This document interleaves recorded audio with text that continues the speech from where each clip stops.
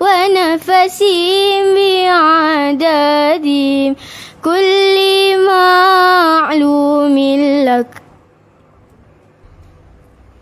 اللهم صل صلاة كاملة وسلم سلاما تاما على سيدنا محمد الذي تنحل به العقد وتنفرج به الكرب وتقضى به الهوائج وتنال به الرغائب وحسن الخواتيم ويستسقى الغمام بوجهه الكريم وعلى آله وصحبه في كل لمحة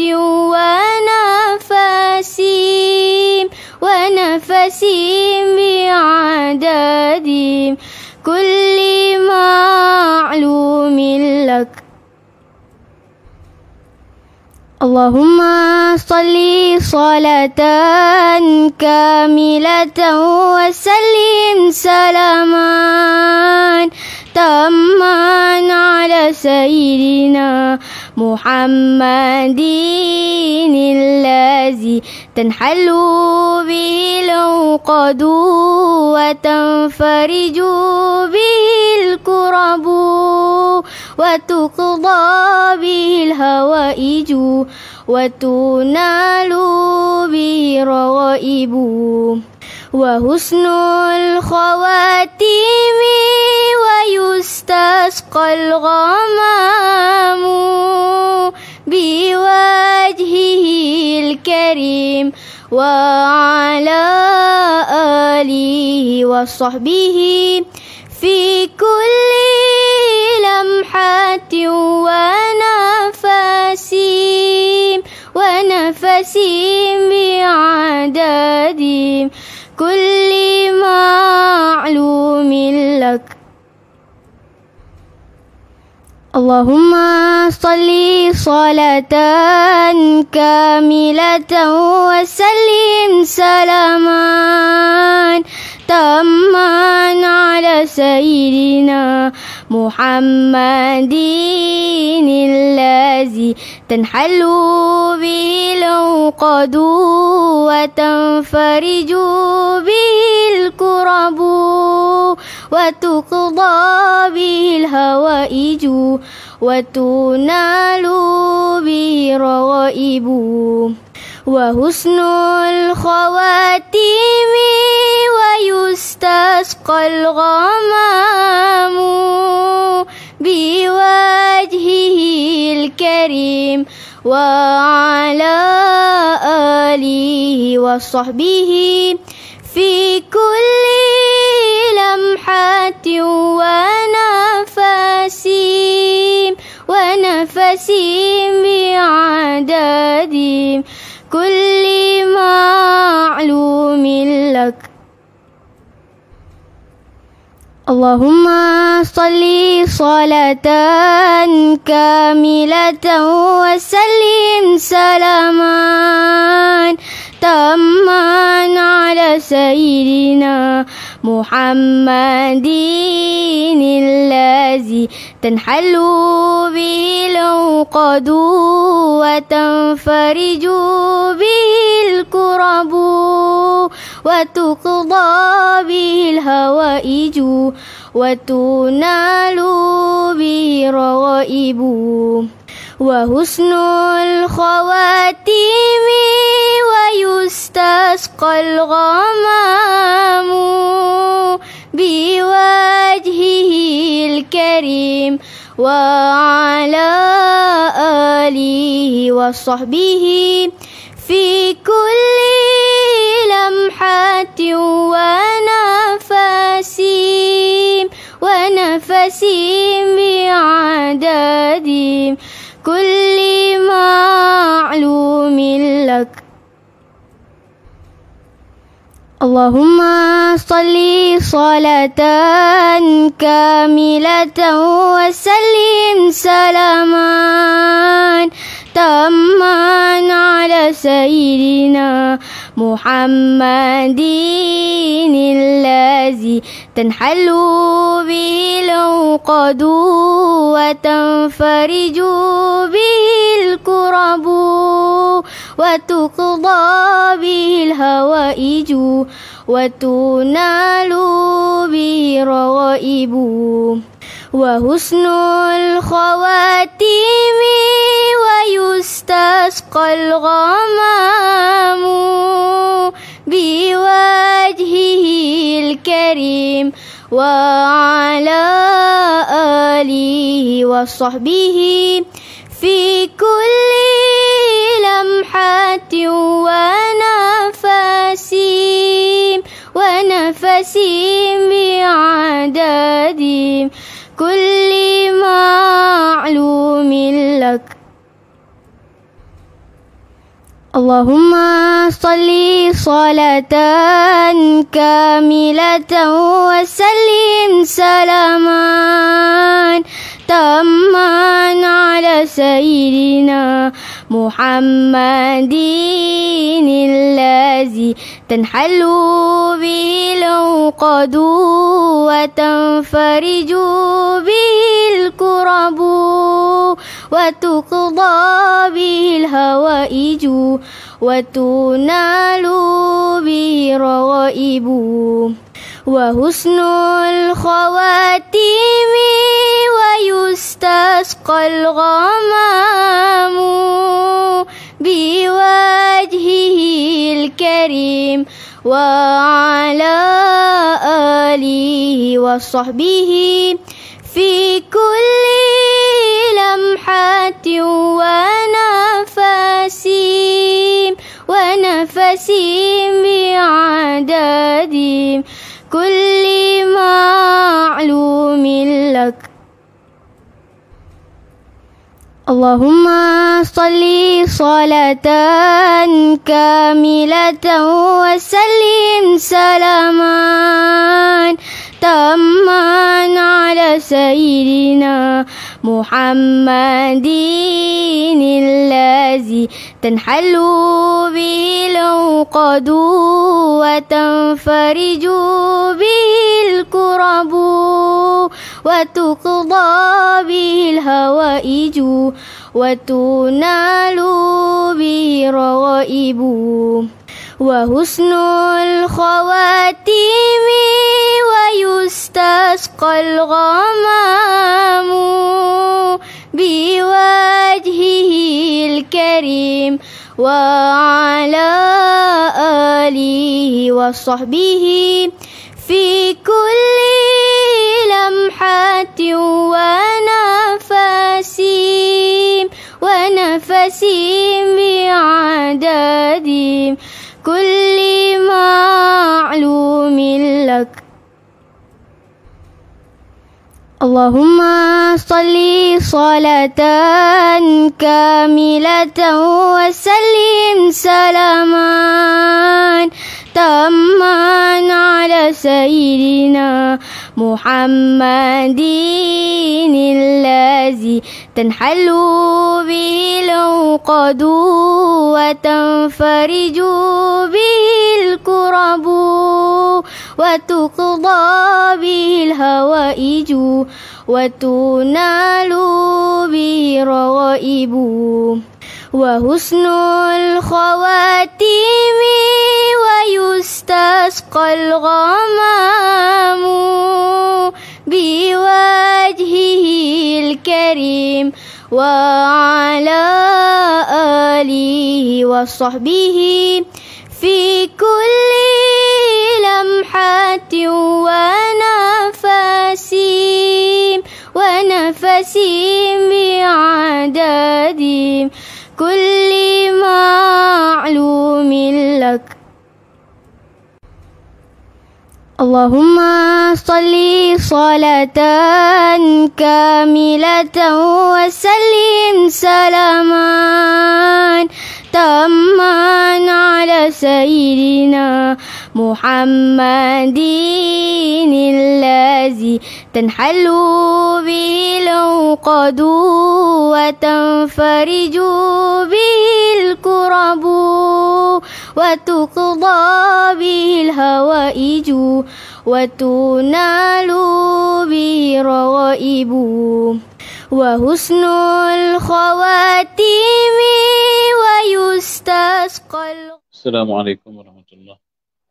الحمد لله والصلاة والسلام على رسول الله وعلى آله وصحبه ومن والاه. أما بعد.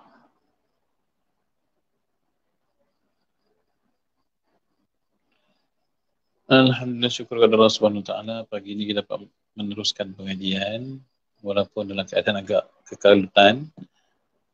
Sebentar lagi akan apa tu?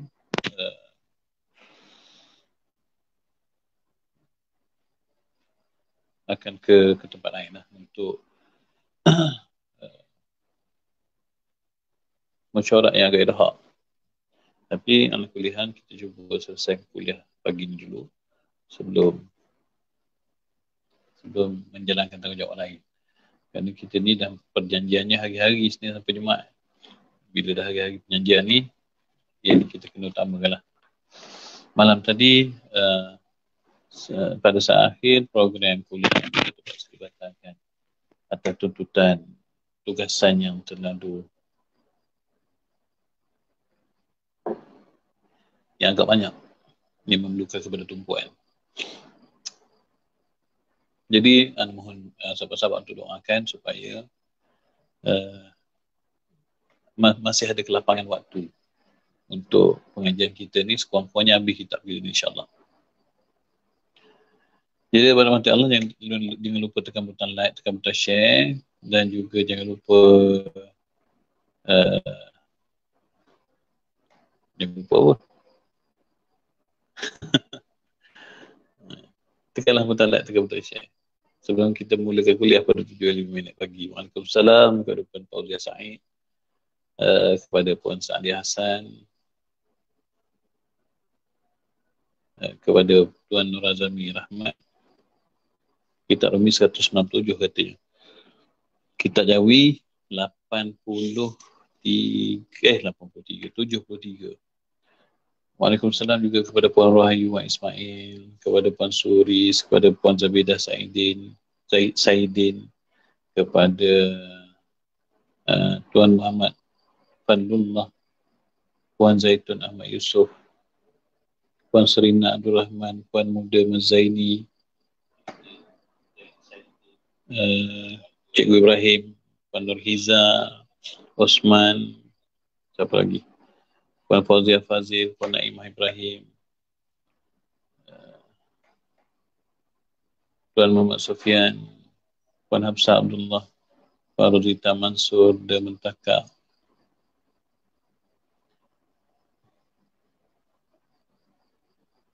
Puan De Mentaka telah mengikuti pengajian selama setahun. Hari ini anniversary setahun.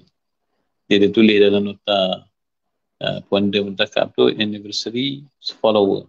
First anniversary follower. Tahniah kepada Puan De Mentaka. Dah mengikuti pengajian ni selama setahun. Alhamdulillah. Puan Julia Ahmad Jamal, Waalaikumsalam warahmatullahi wabarakatuh.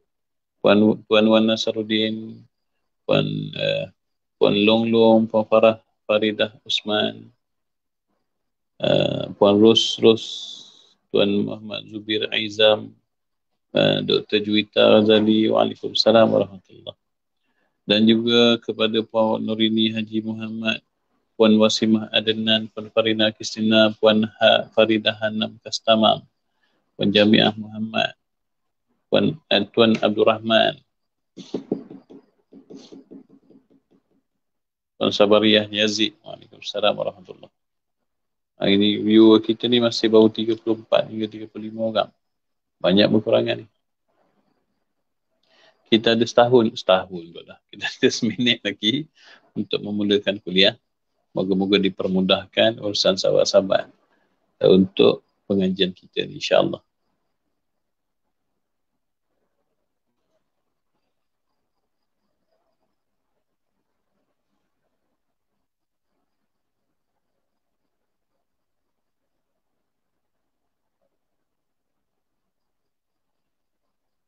Baik, 7.05 minit pagi. InsyaAllah kita mulakan dulu. Bismillahirrahmanirrahim. Qala al-musannifu rahimahullah ta'ala wa nafa'ana wa iyyakum bi'ulumihi fid dharain amin. Siaran tergendala? Tak. Ini bukan siaran tergendala. Oh, rakam dulu. Bukan. Kita bukan rakam dulu. Memang kita live sekarang. Cuma dalam keadaan agak kelang kabut lah.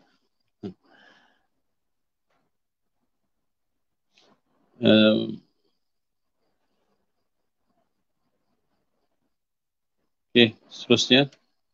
Muka kitab Rumi 197, kitab Jawi 73, baris yang baris yang kedua. Hari ini kita baca sikit tentang sifat-sifat Nabi SAW. Bismillahirrahmanirrahim. Qala al-musannif rahimahullah ta'ala wa nafa'ana wa iyyakum bi'ulumihi fid dharain amin. Dan adalah Nabi SAW memakan ia akan daging. Ni nak cerita apa ni? Nak cerita Nabi ni memang manusia sungguh. Nabi ni memang kita akan baca sifat-sifat Nabi ni, manusia lah dia ni. Jadi kalau orang nak kata dia ni malaikat, tidaklah. Memang manusia. Tengok cerita dia. Nabi makan daging, dia kata. Dan kasih ia akan dia, dan dia suka makan daging. Memang sifat manusia ada makanan-makanan yang dia lebih suka daripada makanan yang lain. Jadi Nabi SAW dia suka makan daging. Dan dia suka makan sup daging. Sup kaki kambing. Kalau pernah dengar satu cerita Nabi SAW ni, dia pergi ke rumah sahabat masak sup kaki kambing. Jadi bila dihidangkan kepada Nabi, dia ada 4 kaki kan, kaki yang pertama. Kemudian Nabi SAW pun makan. Habis makan, Nabi minta satu lagi, ada lagi ke? Yang dia bagi yang kedua. Kemudian dah habis yang kedua, Nabi tanya, ada lagi ke? Maknanya Nabi suka makan. Sahabat pun tengok Nabi suka makan, dia bagi yang ketiga. Nabi makan-makan, kemudian Nabi kata, tolong ambil lagi. Yang keempat, dia makan lagi. Kemudian Nabi tanya lagi, ada lagi ke? Lepas tu sahabat tu kata, ya Rasulullah, kan kamu tahu, kambing ni cuma ada 4 kaki. Nabi pun kata, kalau kamu jawab ada tadi, nescaya dalam kuali tu akan ada lagi. Itu mukjizat dia lah. Tapi nak ceritakan, memang Nabi suka makan kambing, yang suka makan daging. Baik. Seterusnya. Dan memakan ia akan ayam. Daging memakan, ayam memakan. Manusianya dia. Dan kasih ia memakan halwa dan manisan madu. Halwa ni manisan lah. Kalau kita pergi ke ke Arab Saudi kan, kita pergi Mekah ke Madinah kan, dia ada yang makanan manis-manis. Benda tu Nabi suka makan. Nabi suka benda-benda manis. Dan manisan madu, Nabi suka makan madu. Dan suka ia meminum air tawar lagi sejuk. Dia tak suka air panas. Tengoklah sifat dia manusia. Dia suka air sejuk, tak suka air panas. Memang sifat kita macam tu kan. Kalau boleh nak air saja belaka. Dia ada kecenderungan, dia ada kehendak. Itu adalah perangai manusia. Kemudian, dan benci ia minum air panas. Dia tak suka minum air panas. Alasan dia kata apa? Kerana memberi penyakit akan ma'adah ataupun mi'adah. Ini boleh baca dengan 2 baris. Ma'adatun boleh, mi'adatun boleh. Artinya perut. Dia kata boleh mendatangkan penyakit pada perut. Kemudian lagi tiada puas. Tak puas. Macam kita minum panas yang sejuk kan. Sedap minum sejuk lagi. Menunjukkan Nabi ni memang kepribadian dia, sifat dia, memang macam manusia. Memang manusia tidak macam lagi. Memang manusia. Ini dicerita oleh sahabat-sahabat dia. Kemudian apa lagi yang perangai dia, yang sahabat-sahabat cerita. Dan adalah dipecah-pecahkannya tamar, kurma, di dalam air sejuk. Kemudian diminumnya akan air itu. Perangai manusia. Dia ambil tamar tu, dia siap, dia masuk dalam air. Dia goncang, dia bagi manis air tu, lepas tu dia minum. Perangai manusia. Ada orang kan, cara dia makan beza dengan orang lain. Ada part yang berbeza dengan orang lain sebab dia suka benda tu. Dan sifat manusia tu memanglah, itulah sifat mereka. Sifat Nabi SAW ni nak tunjuk manusianya dia. Kalau kurma tu dia akan siap-siap, dia akan cari-cari, masuk dalam air, minum. Nak bagi manis kurma tu. Supaya lekas hancur makanan yang dimakannya. Itu antara tujuan dia lah. Nak sebut manusianya dia. Cerita ni. Dan dimakannya daging kuda dalam safar dalam hadis. Hadis itu safar ni artinya dalam di musafir. dalam keadaan diduduk tidak dalam keadaan musafir lah, dalam keadaan bermukim di Mekah ataupun di Madinah. Yang ni dalam negeri yang tu maksud hadir itu yang ni dalam negeri. Dan daging arnab, dia makan daging arnab. Dan daging burung, dia makan daging burung. Cuma bezanya adalah yang dibawa oleh orang kepadanya. Orang bawa datang kepada dia. Tiada ia memburu, dia sendiri tak buru. Tiada ia memburu akan dia sendiri. Dia tak memburu. Dia, ialah mungkin takdir Allah. Tapi Nabi SAW dia boleh berbicara dengan binatang kan. Yang menyebabkan mungkin kesukaran lah bagi dia nak buru. Kau ingat cerita tentang kijang kan. Kijang yang terkena jerat. Dia berbual dengan Nabi SAW. Kijang tu minta Nabi lepaskan dia sementara sebab kijang tu kata dia ada anak di sana. Benarkan dilepaskan kijang tu sementara, kemudian selesai susukan anak, kijang tu datang kat dia. Dia kena jerat lah. Nabi SAW lepaskan kijang. Kalau Nabi berburu rasanya tak mungkin Nabi tidak akan memburu lah, kerana dia boleh berbicara, dia boleh menghubungkan emosi dengan binatang. Itu mukjizat baginda sallallahu alaihi wasallam. Sebab tu mungkin dia tak buru. Tapi kalau orang berburu, bawa kat dia daging anak, bawa dekat dia daging burung, dia makan. Itu sifat manusia kan. Suka kalau orang hidangkan makanan, dia suka. Dan kasih diburukan orang baginya, suka kalau orang memburu untuk dia. Dan dia datangkan akan dia baginya, maka dia makan dia. Kalau orang datang memberikan makanan kepada dia, maka dia akan memakan makanan tersebut. Itu sifat kemanusiaan. Jadi kita tak perlu nak bayangkan Nabi SAW ni syadid, tak pernah senyum. Nak membayangkan seolah-olah dia ni kerana memikul Al-Quran, maka dia maka dia ni sangat berbeza dengan manusia. Dia suka makan daging. Banyak lagi cerita dia kita baca. Dia suka makan binatang yang diburu. Cuma mungkin dia tak pergi berburu tu sebab mukjizat yang dia ada menyebabkan mungkin tak tergamak pada hatinya untuk memburu binatang. Mungkin begitulah, mungkin. Sahabat Nabi SAW pun melayan Nabi SAW.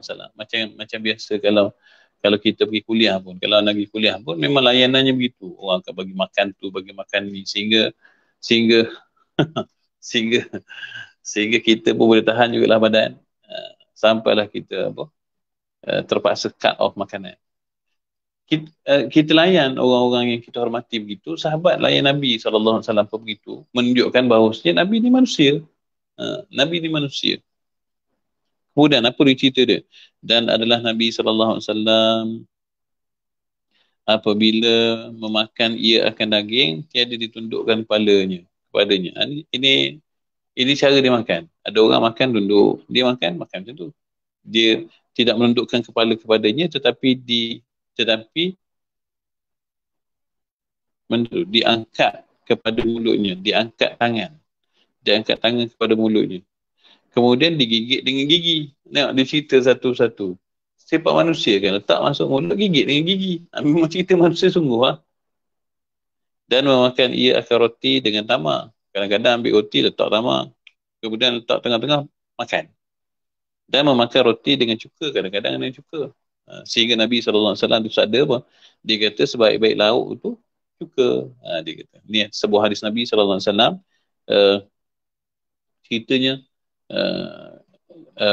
dakhala Rasulullah sallallahu alaihi wasallam. Itu cerita dia. Ala Aisyata wa ana indaha. Kemudian dia kata faqala hal min ghada? Qalat indana khubzun wa tamrun wa khallun. Faqala Rasulullah sallallahu alaihi wasallam ni'mal i'damul khallu.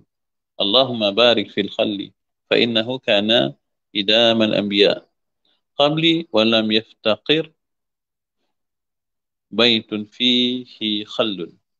Maksudnya kata Nabi sallallahu alaihi wasallam, telah masuk Rasulullah sallallahu alaihi wasallam atau Aisyah, dia Ummu Aisyah. Kemudian dan aku di sisinya. Aku ni siapa dia? Aku ni Ummu Sa'id. Maka bersabda ia, adakah daripada makanan wadak? Aisyah berkata, di sisi kami roti dan tamar dan cuka. Maka sabda Rasulullah SAW, sebaik-baik lauk tu cuka. Itulah datang hadis yang kita baca hari ini. Nabi bersabda, dimakan roti dengan tamar, dan dia kata sebaik-baik lauk itu cuka. Ya Allah, engkau berkatkanlah pada cuka, kerana bahawasanya adalah cuka itu lauk para anbiya sebelum aku.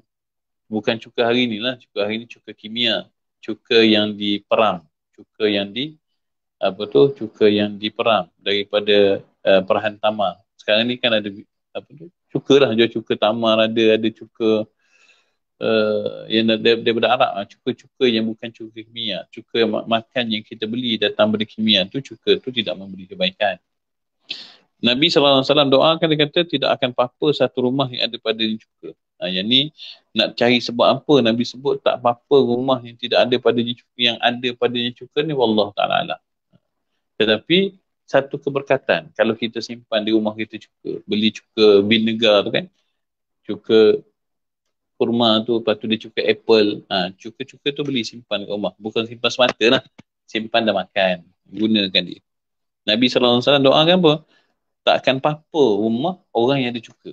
Kalau kita terasa rezeki kita sempit, antara perkara yang kita boleh buat, melakukan apa yang Nabi dah doakan. Baik. Dan sambung lagi cerita pasal roti tadi. Tadi dia suka makan roti dengan tamar, suka makan roti dengan cuka. Diselit hadis Nabi SAW tentang cuka tu lah. Seterusnya, nak tunjuk sifat manusia dia. Dan memakan roti dengan lemak. Dan memakan roti dengan zait. Kita rumi dulu apa? Zait ni artinya minyak. Sebab kita Jawi tu dia tulis huruf ba. Tak nampak. Minta alih ke muka surat sebelah. Ataupun ke bawah kan. Dia nak baca kalimah Zaid. Dalam kitab Jawi, Zaid, ba, ta. Dia bukan huruf ba tu, dia huruf ya. Zaid, ya, ta. Zaid itu artinya minyak. Nabi SAW suka makan roti dengan minyak. Dan makan roti diserta dadih. Dulu pun dah ada dadih.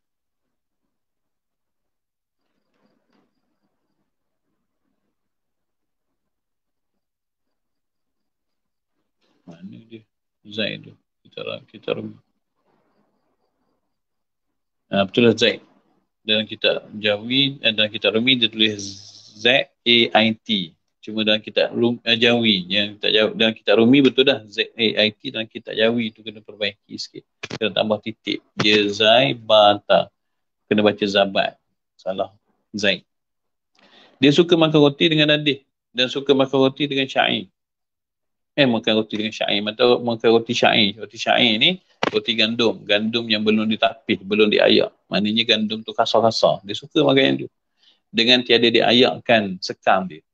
Makan kasar-kasar. Roti yang kasar-kasar. Tepung kasar. Belum disempurnakan ayak dia. Biasanya roti ni roti untuk orang miskin lah. Untuk orang kaya lembut je. Macam kita beli roti-roti orang kaya kan. Lembut je. Roti orang miskin keras. Tapi Nabi SAW suka makan yang tu. Dia punya selera. Tapi ada selera. Selera ni sifat manusia. Malaikat tak ada selera-selera ni. Nak tunjuk kata Nabi ni manusia sungguh. Dan ditegahkannya makan roti dengan tiada lauk. Nabi melarang sahabat makan roti tanpa lauk.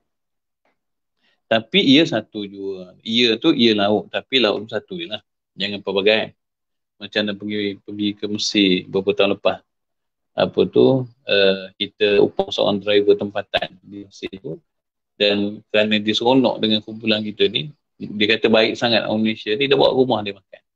Memang sediakan roti, tapi makanan lain tu, cicah roti tu, ada daging, ada ayam, ya Allah. Ada tulang, ada sup, ada, tak termakan itu. Kemewahan makanan. Mungkin sebab dia melayan tetamu lah. Tapi nak cerita Nabi SAW ni, tak bagi makan roti semata-mata tanpa ada lauk. Cuma lauk tu padan satu je lah, kata Nabi SAW. Dan tiada makan gulai yang bermalam, melainkan dihangatkan baginya. Kalau ada benda-benda yang berkuah, kalau disimpan semalaman, maka dia tak makan kecuali dipanaskan dulu. Dan tiada suka ia makan makanan yang panas. Makanan panas-panas dia tak suka. Dan bersabda ia. Ada Nabi SAW sebut tentang makanan panas ni, dia kata apa? Sejukkan olehmu. sejukkan oleh kamu akan makanan kamu, saya berkat bagi kamu padanya. Yang ini adalah hadis Nabi SAW. Baridu ta'amakum yubarik lakum fihi. Sejukkan oleh kamu makanan kamu, di sana ada keberkatan bagi kamu padanya. Jadi makanan-makanan panas tu Nabi suruh sejukkan dulu. Ini menjadi sunnah lah. Sunnah. Nabi suruh sejukkan, maka kita jangan makan panas-panas. Tak elok makan panas-panas. Nabi kata ada keberkatan pada yang sejuk. Apa di keberkatan dia? Ini rahsia. Kalau kita nak fikir pada sudut sains, pada sudut perubatan, memang ada. Macam yang duk kata cuka kat rumah tu kan. Menjadi takkan apa-apa. Antara sebab ni yang boleh difikir pada sudut perubatan. Orang yang mengamalkan cuka, maka mereka ni tak sakit perut. Sedangkan sakit-sakit dalam perut ni, kalau tengok sekarang ni belanja perubatan untuk cure sakit dalam perut ni dia tinggi. Ada kemungkinan nak curekan penyakit tu orang kaya pun boleh apa. Jadi bila ada cuka dekat dapur tu, dia menyelamatkan daripada penyakit-penyakit yang costing dia sangat tinggi untuk diubati. Terelaklah daripada apa-apa. Itulah kemungkinannya. Mungkin juga ada kemungkinan yang lain, benda-benda kemungkinan ni kan. Yang ni ahlinya lah kena kaji. Kemudian kalau makan makanan yang sejuk, ada keberkatan. Ada keberkatan artinya ada kecukupan. Artinya ada kebaikan. Mungkin sebab makanan tu panas bila masuk dalam perut, maka perut kita ni tak sesuai dengan makanan yang agak panas, yang akhirnya membawa kepada kerosakan, sakit dan sebagainya. Jadi bila kita makan yang sejuk tu, maka dia juga membantu untuk memelihara kesihatan kita. Perut kita jadi sihat. Di situlah keberkatannya. Itu kemungkinan-kemungkinan. Tapi nak cerita, yang betul ni Nabi SAW manusia. Yang orang duk kata Nabi ni kenapa tidak daripada kalangan malaikat ni, Allah Ta'ala cerita Nabi ni manusia. Bahkan sahabat-sahabat radhiyallahu anhu ridwanullah alaihim ajma'in berhadap, duduk dengan zaman Nabi, duduk dengan Nabi, layan Nabi, bagi daging, bagi tu, bagi ni. Nabi SAW lapar seperti orang lain, kenyang seperti orang lain, penat seperti orang lain. Nak cerita memang sifat dia sifat manusia. Dan adalah Nabi SAW memakan ia akan barang yang didapatnya. Ini nama dia sifat berpada. Ini sifat-sifat keelokan. Dia makan barang yang didapatnya dan tiada memberatkan barang yang padanya. Tiada memberatkan barang makan tersebut. Apa yang ada tu dia nak makan. Kalau tak ada dia puasa. Dia sebutkan isteri dia kan. Dia kata, wahai Aisyah, ada apa nak makan? Aisyah kata, ya Rasulullah, tak ada apa nak makan. Kemudian kata Rasulullah, tak apalah, aku puasa gini. Ada makan, tak ada dia tak makan. Dia bukan jenis orang komplain dengan makanan. Itu sifat kebaikan dia. Kebaikan dia bersifat. Tak ada makanan, tak apalah, aku puasa gini. Ada makanan, dia makan. Dan apa saja yang di depan dia tak berat kan. Kita lah Allah, kena makan kan. Karena ada dengar satu cerita satu keluarga, anak dia cerita, rimasnya dia dengan ibu dia. Sebab ibu ni kalau setiap kali masak tu, dia mesti perlu 2 hingga 3 lauk, mesti ada sayurnya, mesti ada sambalnya, komplit. Jadi bila benda tu berlaku setiap hari, dia stres. Dan tak ada orang nak tolong mak dia masak kerana mak dia suka komplit. Suka benda tu bersifat cukup semua sekali. Kita kena belajar untuk makan apa yang ada. Belajar makan apa yang ada. Biasanya benda ni boleh dilakukan oleh orang miskin. Sehingga kan kita membesar dalam keadaan kita tidak memilih makanan. Ada orang kalau macam di pondok kita ni kan. Oleh kerana dia datang daripada keluarga yang agak mewah, maka dia ni memilih makan. Ada makan bila kita masak, dia tak makan. Dia tak makan tu sebab tak kena dengan selera. Sifat ni dekat-dekat setahun baru boleh buang. Dekat-dekat setahun, dekat pondok ni dekat-dekat setahun baru boleh kita buang. Sifat memilih pada makan. Sifat Nabi SAW dengan ada makanan, dia makannya. Sedap dia makan. Dia sebut apa ni?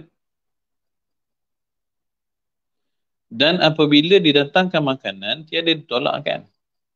Tak tolak. Orang datangkan makanan, dia tak tolak. Dia ambil. Dan tiada mencela ia akan makanan sekali-kali. Ish, tak sedap lah makanan ni. Tak pernah dia cela. Kenapa rasa ni macam ni? Tak pernah dia cela. Tetapi jika suka, dia makan ni akan dia. Kalau Nabi suka kepada makanan tersebut, dia makan. Dan jika tiada suka, dia tinggalkan dia. Itu sifat yang perlu dicontohi daripada Nabi SAW. Begitulah dengan makanan ni, jangan terlalu nak perfect. Setiap masa nak makan makanan sedap. Kalau kita baca, dan kita memang dah baca pun kitab Penawar Bagi Hati, sifat mazmumah yang pertama apa dia? Gemar akan makan. Jadi dengan makanan ni padan dengan apa yang ada. Bukan kita ni tidak tak boleh nak makan dengan makanan yang agak sedap. Nabi SAW pun ada masa makan daging, ada masa makan sup. Tapi dia tidaklah memberatkan perkara tersebut sehingga kan kalau tak ada tu dah jadi satu kepayahan pada makan. Sedangkan makan yang kita telan, kenikmatan makan singkat je. Daripada awal lidah sampai hujung lidah, lebih kurang singkat. Lebih pada tu, dia hanya zatnya diambil dan selebihnya akan dijadikan sebagai najis. Tak ada dah benda lain, singkat je. Kalau kita makan yang sangat sedap pun, sedap dia sampai hujung lidah je, belakang, pangkal lidah. Kalau kita makan makanan yang tak sedap pun, pakai lidah je. Kalau dua-dua jenis makanan tu, kita tak lalu kat lidah, kita terus masuk. Mesen makanan tu, duduk dengan straw tu letak di ujung lidah. Satu makanan pun kita tak rasa, tapi kenyang sama. Nak latih diri untuk makan berpada tu, diperlukan kepada waktu yang lama. Sebab Tok Guru Ana kata, perut tu boleh diajar. Macam kalau kita dah ajar sentiasa minum air manis, dia akan jadi craving kepada air manis. Dia akan jadi addicted. Nak pisah dengan dia boleh. Amalkan air kosong je, lama-lama dia dah jadi tak selesa minum air manis. Kenapa? Kerana perut tu dah selesa.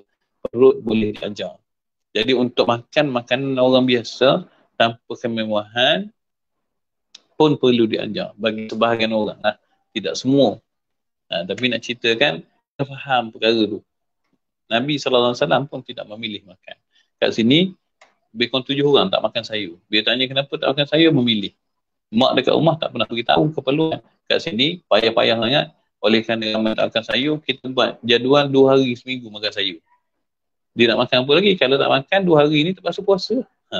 Tengah hari dengan malam. Akhirnya, makan sayur. Tak ada masalah pun. Maknanya mereka boleh diajar.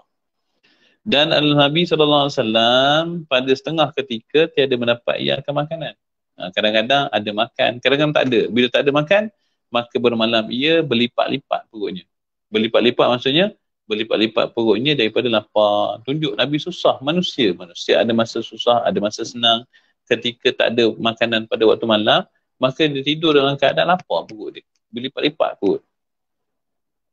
Dan tiada menafikan yang demikian itu sabdanya Rasulullah SAW. Yang demikian apa? Yang demikian itu apa? Hadis yang disebut ni tidaklah menafikan yang dia ni lapar pada waktu malam. Tengok dalam hadis Nabi SAW. Dia kata apa? Bermalam aku di sisi Tuhanku, memberi makan ia akan aku. Dan memberi minum ia akan aku. Dalam hadis ni Nabi sebut, dalam keadaan aku tidur, aku bermalam dan Tuhanku sentiasa menyediakan makan. Maksudnya rezeki Allah lah. Sentiasa menyediakan makan dan memberi minum akan aku. Kita punya guru kata, kadang-kadang Nabi SAW ni tidur dalam keadaan lapar sebab tak ada makanan. Hadis Nabi kata, Nabi apabila bermalam di sisi Tuhannya, bila tidur dalam keadaan ingat Allah, memberi makan ia akan daku, maka Allah Ta'ala tu turunkan sumber rezeki. Nampak macam dua ni berlaga. Jadi dia kata, yang demikian itu mana cerita guru kita tentang pernah dia tidur malam perut berlipat sebab lapar tidur. Tidaklah berlaga dengan sabda Nabi SAW, bermalam aku di sisi Tuhanku, memberi makan ia akan daku dan memberi minum ia akan daku. Ini hadis Nabi SAW. Kenapa tidak berlaga hadis ni dengan apa yang kita belajar ni? Walaupun zahirnya nampak berlaga. Kata guru kita, Nabi tidur bermalam dalam keadaan lapar.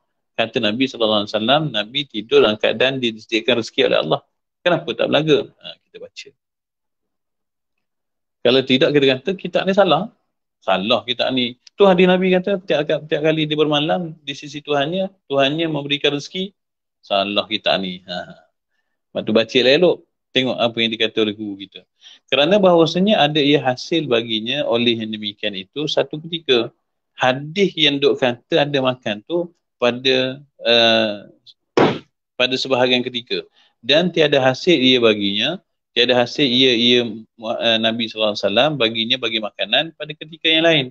Kadang-kadang berlaku Nabi SAW ada makanan, maka Nabi sebut, aku tidur dalam keadaan Allah Ta'ala sediakan rezeki. Tapi ada ketikanya Nabi SAW tidur dalam keadaan tak ada makanan. Bukanlah hadis ni menafikan bahawa Nabi tak pernah tidur berlapar. Bahkan banyak masanya Nabi SAW tidur berlapar. Cuma ketika dia diberikan rezeki pada waktu malam, dia pun puji Allah. Sehingga dia kata, bermula bermalam aku di sisi Tuhanku, memberi makan ia akan aku, dan memberi minum ia akan aku. Nak menunjukkan terima kasih pada Allah. Kerana mengajar dengan Nabi, yakni kerana ikutan umat dengan Nabi. Kerana mengajar dengan Nabi, kerana Nabi SAW nak ajar kita tentang apa? Tentang tidur lapar pun tak ada masalah. Tidur dalam keadaan telah makan pun tak ada masalah.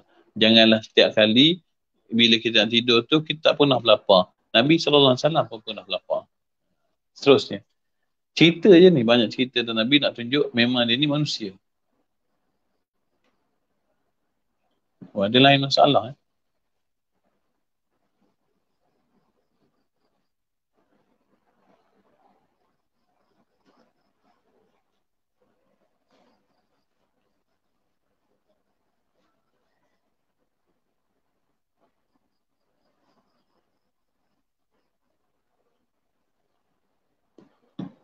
Oh, maknanya hari ni ada FB ada masalah hari ni. Dia jadi macam mana? Oh, maknanya hari ni ada masalah.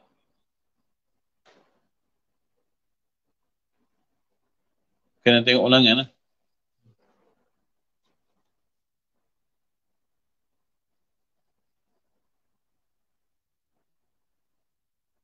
Baik.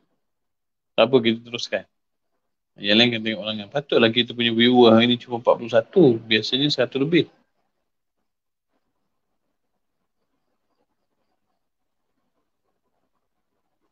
Jadi Nabi SAW ni kadang-kadang tidur lapar, kadang-kadang tidur kadang-kadang kenyang. Nabi nak tunjuk manusia memang begitu. Jangan lorak sangat lah dengan tak ada makanan. Dan di sisi pada hadis yang tersebut itu majaz. Majaz artinya kiasan. Dan sisi hadis mana? Hadis yang Nabi SAW sebut, bermalam aku di sisi Tuhanku, memberi makan ia akan aku. Dan memberi minum ia akan aku. Hadis tu. Dan di sisi hadis yang tersebut, hadis yang kita baca tadi. Oh, Putrajaya pun tak dapat siaran. Al-Ustaz okey. KL okey. Hadis tersebut majaz. Majaz artinya kiasan. Dan makna daripada hadis tersebut, bahawasanya adalah ia bermalam dan hati bergantung dengan Tuhannya. Ini dihuraikan oleh guru kita pula. Puan Suris kata guna laptop, okey, guna HP tak dapat. Oh, gitu. Nabi SAW kata, ulama hadis sebahagiannya mengatakan benda ni majaz. Yang dok kata kenyang dengan rezeki Tuhan ni bukan kenyang dengan makanan. Kata guru kita lah. Bermalam adalah ia bermalam dan hati bergantung dengan Tuhannya. Dan memandang bagi jalannya. Jalannya artinya besarnya Allah. Hatinya bergantung pada Tuhannya. Hatinya memandang kepada besarnya Allah dan azamahnya. Dan azamah itu kebesaran Allah. Atau bahawasanya adalah ia bermalam di dalam peliharaan Allah. Mungkin juga masuk rezeki itu Allah Ta'ala Allah memberi makan tu artinya Allah memberi makan kepada jiwa Nabi SAW. Jadi tidaklah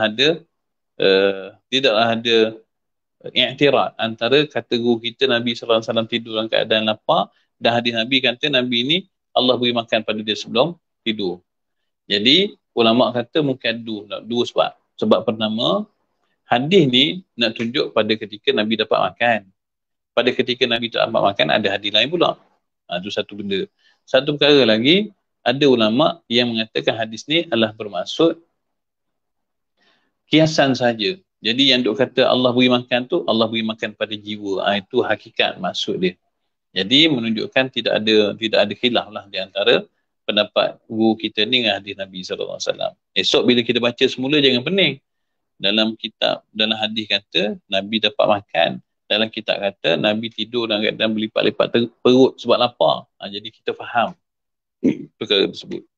Dan makna sabdanya, memberi makan ia akan daku dan memberi minum ia akan daku. Apa maksud dia? Diberi akan aku kuat orang yang makan dan minum. Maksud dia, orang bila makan minum kan ada kekuatan. Aku ni, kata Nabi SAW, ini tafsiran ulama lah.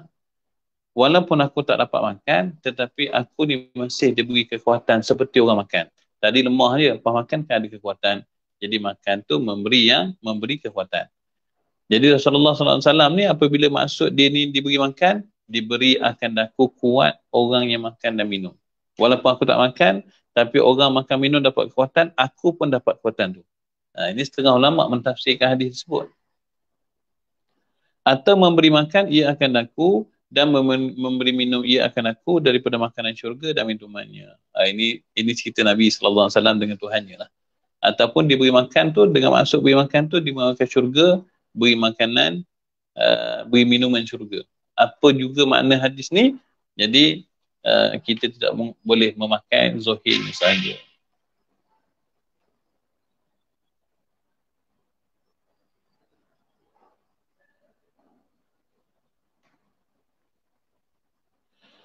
Baik, seterusnya. Habis dah cerita tentang kepribadian sifat Nabi SAW nak tunjuk dia manusia. Kalau kita dengar cerita Nabi begini kan, seolah kita bayangkan, kita dapatlah bayangkan Nabi ni manusia biasa. Dibawakan cerita Nabi manusia biasa ni sebab semalam apabila ada orang Arab, ahli Arab yang komplain. Fir'aun pun komplain. Dia kata apa? Kenapa Nabi tak turun diiringi oleh malaikat? Nampak gah. Sebab itulah dalam Islam ni kita jangan mencari gah tu. Jangan mencari. Inna Allah la yanzuru ila suwarikum ajsamikum. Allah tak nilai luaran kamu dan jisim kamu. Allah tak nilai. Kamu tah ke, kamu nampak segak ke, dengan di sisi kamu ada harta yang banyak ke, Allah tak nilai. Bukan begitu nilai Allah. Allah nilai hati kamu dan amal kamu. Manusia yang tidak beriman ni nak tengok kehebatan manusia begitulah. Kalau Nabi mesti ada malaikat. Bodyguard duduk sebelah pakai spek, badan katang-katang. Baru nampak hebat kan. Di sisi Allah itu bukan kehebatan, tak ada apa pun perkara tu. Jadi orang Arab yang duk mengatakan Nabi tu mesti firm. Ada pula makan, minum, jalan, apa barang Nabi macam tu. Maksud mereka begitulah. Nabi ni hartanya kena banyak. Nabi ni orangnya kena gagah.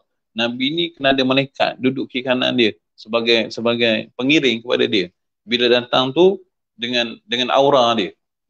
Macam orang datang kereta mewah kan. Datang majlis kereta mewah, orang bukakan pintu, bentang kapet merah. Bila kita tengok, tu datang daripada apa?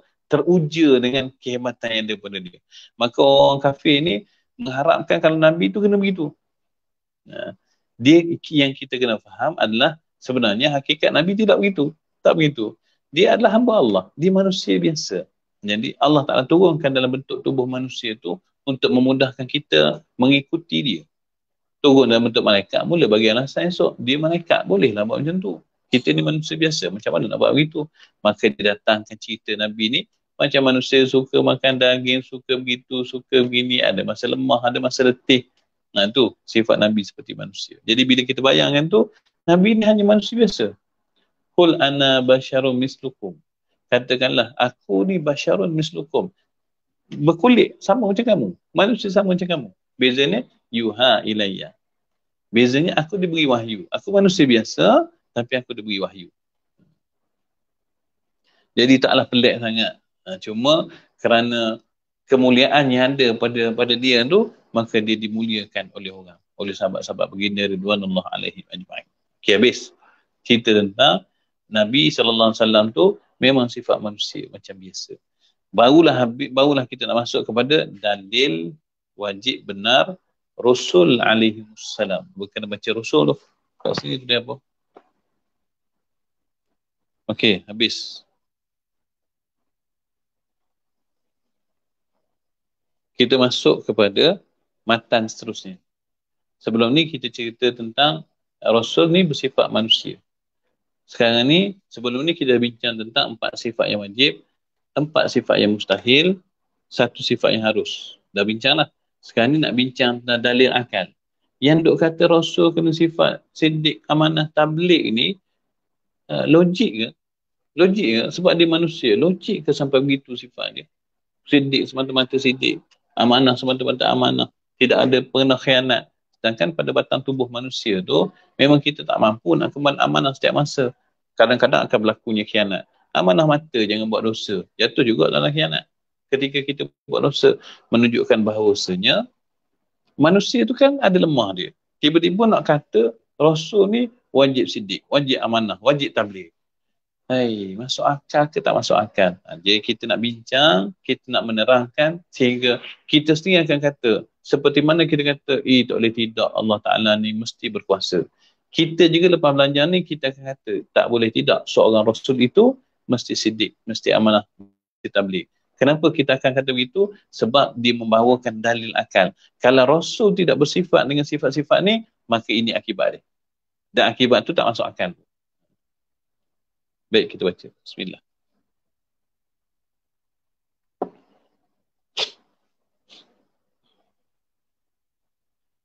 Puan Aisyah kata lain teruk hari ni. Ada masa lain teruk. Ada tempat lain teruk, ada tempat lain okey. Seremban tak dapat siaran. Ana mengharapkan live ni dia akan direkod dengan baik, terekod dengan baik, kemudian boleh ikuti ni lah, boleh ikuti di pensiaran ulangan. Sekadar yang kita kaji tadi memang masalah pada Facebook, bukan masalah pada live kita. Lain kat sini okey, memang masalah pada Facebook. Jadi ada tempat-tempat yang dia tak boleh nak capai. Jadi kena sabarlah, sabar. Dah pindah ke laptop tak boleh juga. Puan Suraya Kamsari. InsyaAllah boleh tengok huraian. Tengok huraian, tengok ulangan untuk hari ni.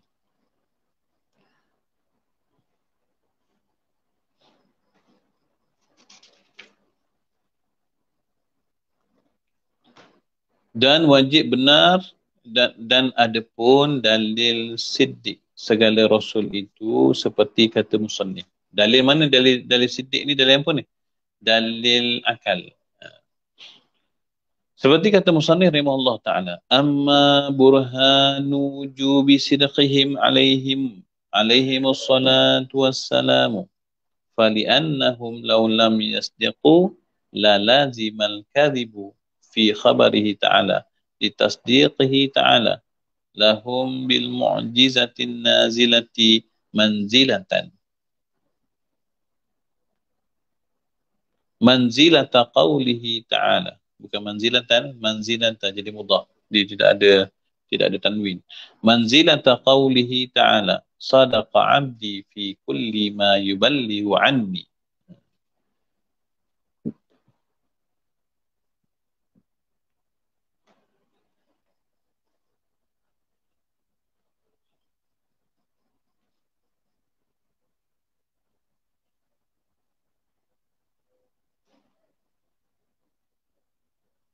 Seterusnya. Puan Cik Putih Muhammad Nur, maaf malam semalam ada tak kuliah kamu? Malam semalam tak ada kuliah kamu. Tak ada sebab kita terpaksa membatalkan kuliah pada saat-saat akhir kerana ana terlibat dengan satu urusan yang tidak boleh ditangguhkan. Sekarang ni dalam tempoh yang sangat sibuk sebenarnya. Ana nak dapatkan masa untuk kuliah pagi ni sangat struggle. Macam hari ni sekarang Ana perlu berada di Kuala Terengganu pada pukul 2 petang ni. Ana ni di Temerloh, jarak ke Kuala Terengganu tu lebih kurang 400 km. Jadi habis kuliah ni kena berak ke sana. Malam tadi pun ada urusan-urusan yang menyebabkan tertangguh. Bahkan kita tidak mempunyai kemampuan. Malam tadi memang tidak ada kemampuan untuk meneruskan kuliah. Mohon maaf banyak-banyak. Baik, kita bacakan sikit lagi, ada 6 minit lagi lebih kurang. Jadi sahabat yang ada soalan, boleh tanya soalan. Kemudian yang tak dapat melihat secara jelas tu, maka boleh tengok ulangan nanti insyaAllah. Baik, baca maksud daripada matan. Apa kata guru kita? Dan ada pun tanda wajib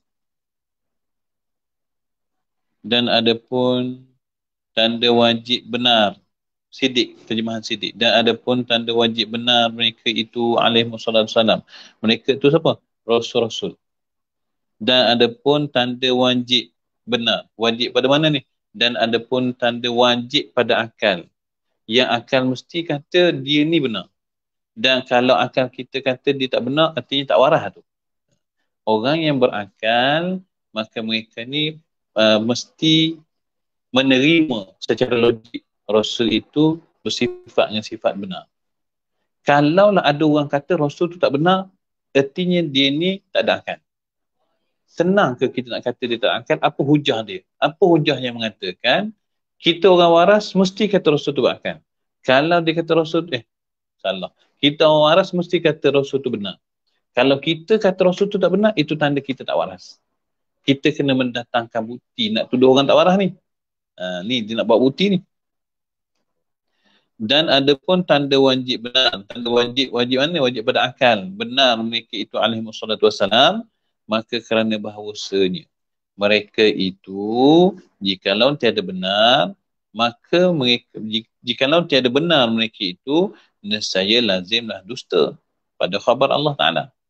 Apa maksud benar? Ingat balik. Kita belajar benar ada dua maksud kan. Yang pertama, benar pada dakwah risalah. Yang kedua, benar apa yang disampaikan daripada Allah. Benar yang disampaikan tu adalah yang Allah Ta'ala nak suruh sampaikan. Itu maksud benar. Baik. Kalau mereka ni tidak bersifat benar, logiknya dah tentu mereka ni penipu. Kan? Kalau dah seorang tu tidak tinggi, dah tentu rendah. Kalau dia tak lapar, dah tentu kenyang. Kalau dia tidak bersifat dengan sifat benar, maka sifat apa yang dia ada? Dah tentu sifat penipu. Kalau dia bersifat dengan penipu, dah tentulah dia ni akan menyampaikan sesuatu yang Allah Ta'ala suruh sampaikan lain, dia akan sampaikan lain. Ni yang dikata ni. Kalaulah mereka tu tidak bersifat benar, nescaya lazimlah dusta pada khabar Allah Ta'ala. Maka mestilah dusta pada khabar Allah. Mereka akan membawa khabar-khabar yang dusta daripada Allah. Takkan Allah tak tahu? Takkan Allah tak tahu seorang itu sifatnya dusta, dan takkan Allah tak tahu kalaulah dia ni mendustakan khabar Allah, maka agama tu akan rosak. Allah Ta'ala nak memberikan keselamatan dunia akhirat kepada manusia, dia lantik seorang Rasul.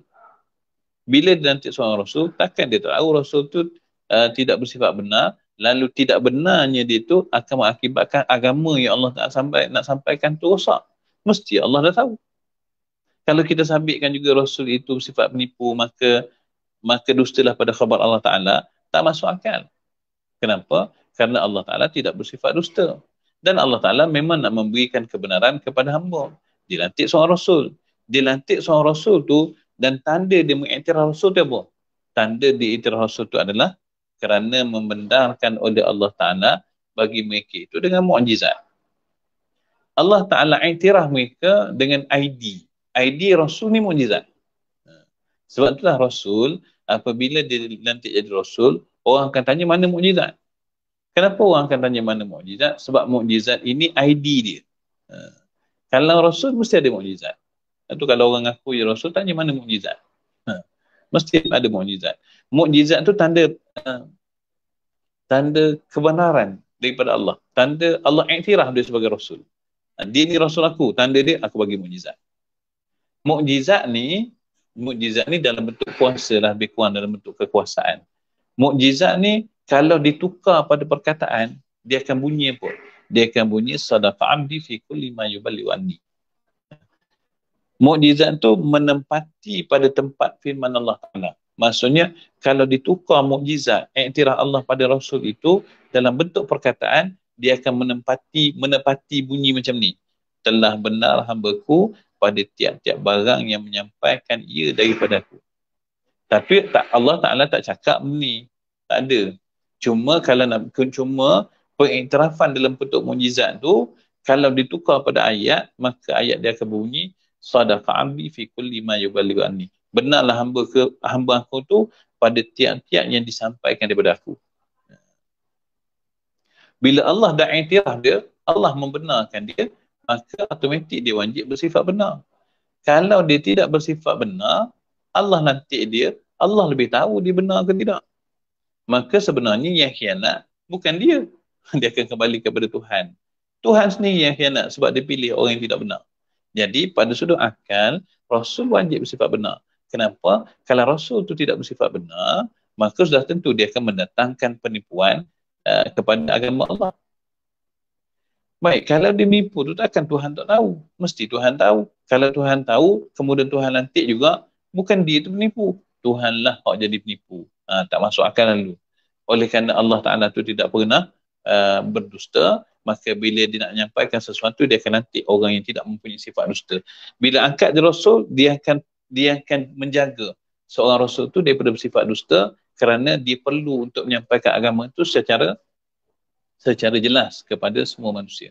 Bukanlah Allah Ta'ala perlu kepada Rasul tu sehingga kalau tak ada Rasul, Allah Ta'ala tidak boleh menyampaikan agama dia. Bukan. Ada banyak cara yang Allah Ta'ala boleh buat. Tapi Allah Ta'ala nak pilih begitu, nak lantik seorang. Dah tentulah dia lantik ni, dia akan jaga orang tu daripada sifat tidak bersifat benar. Itu logik pada akal. Jadi bila kata Rasul tu dusta, akhirnya kita akan dustakan Allah. Mustahil Rasul tu bersifat dusta. Yang tu kita punya sampai situ dulu, insyaAllah esok kita akan sambung. Inilah dalil benar. Ini huraian untuk guru kita pula.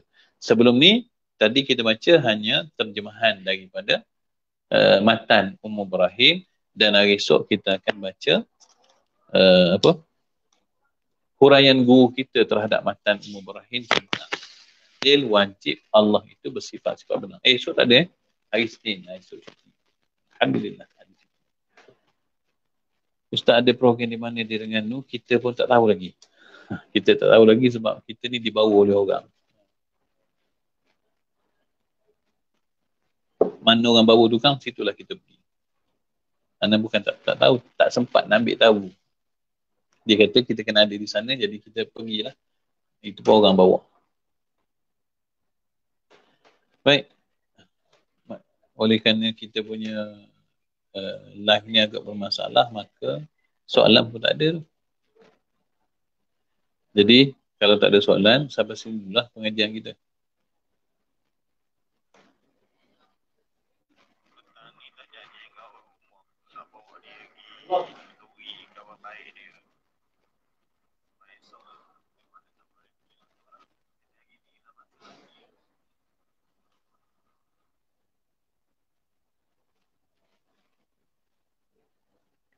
Baik, kalau tak ada soalan, insyaAllah kita berhenti di sini dulu dan kita akan bertemu semula pada hari Isnin. Wallahu ta'ala alam.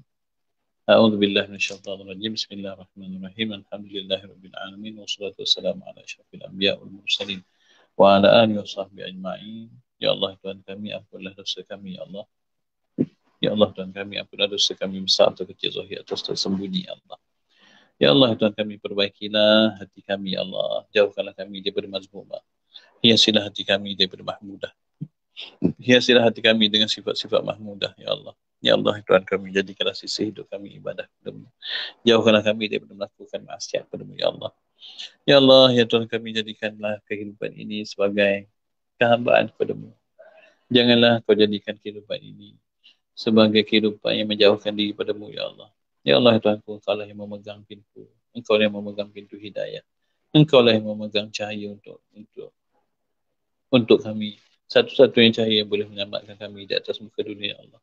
Sedangkan dunia itu penuh dengan keganapan dan tipu daya dan permainan ya Allah, yang sering kali kami tertipu dan terpedaya dengannya ya Allah. Ya Allah Tuhan kami, peganglah kami ya Allah. Pandulah kami ya Allah. Tunjukilah kami ya Allah. Dia berikanlah kepada kami hidayah dan taufik-Mu ya Allah. Ya Allah ya Tuhan kami tidak ingin sesuatu perkara yang lebih daripada menjadi hamba-Mu dan diterima oleh-Mu sebagai hamba ya Allah. Ya Allah ya Tuhan kami, matikanlah kami dalam kalimah-Mu la ilaha illallah. Jadikan kuburan sebagai tempat rehat kami, jadikan akhirat sebagai tempat kehidupan kami. Rabbana atina fid dunya hasanah wa fil akhirati hasanah wa qina azabannar. Wa sallallahu ala sayyidina Muhammad wa ala alihi washabbihi wasallam. Alhamdulillah. Asyhadu an la ilaha illallah wa asyhadu anna Muhammadan abduhu wa rasuluh. Taqabbalallahu minna amin.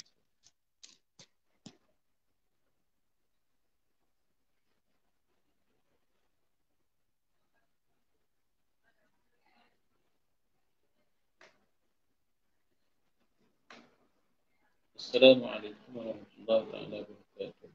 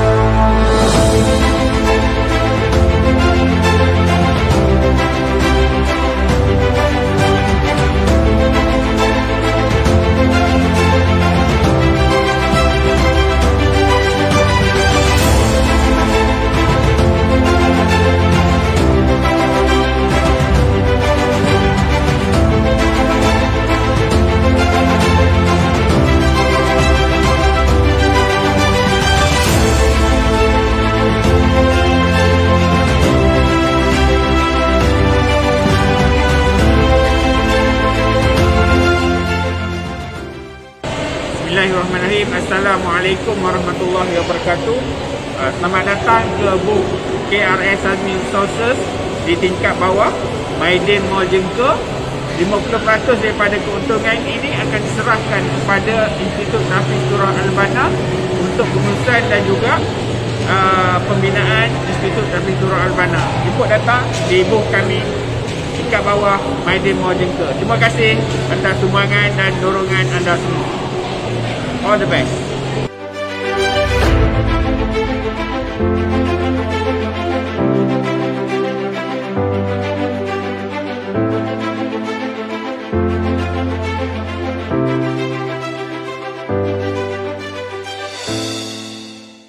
Bismillahirrahmanirrahim. Assalamualaikum. Allahu Akbar. Takbir. Allahu Akbar. Salatul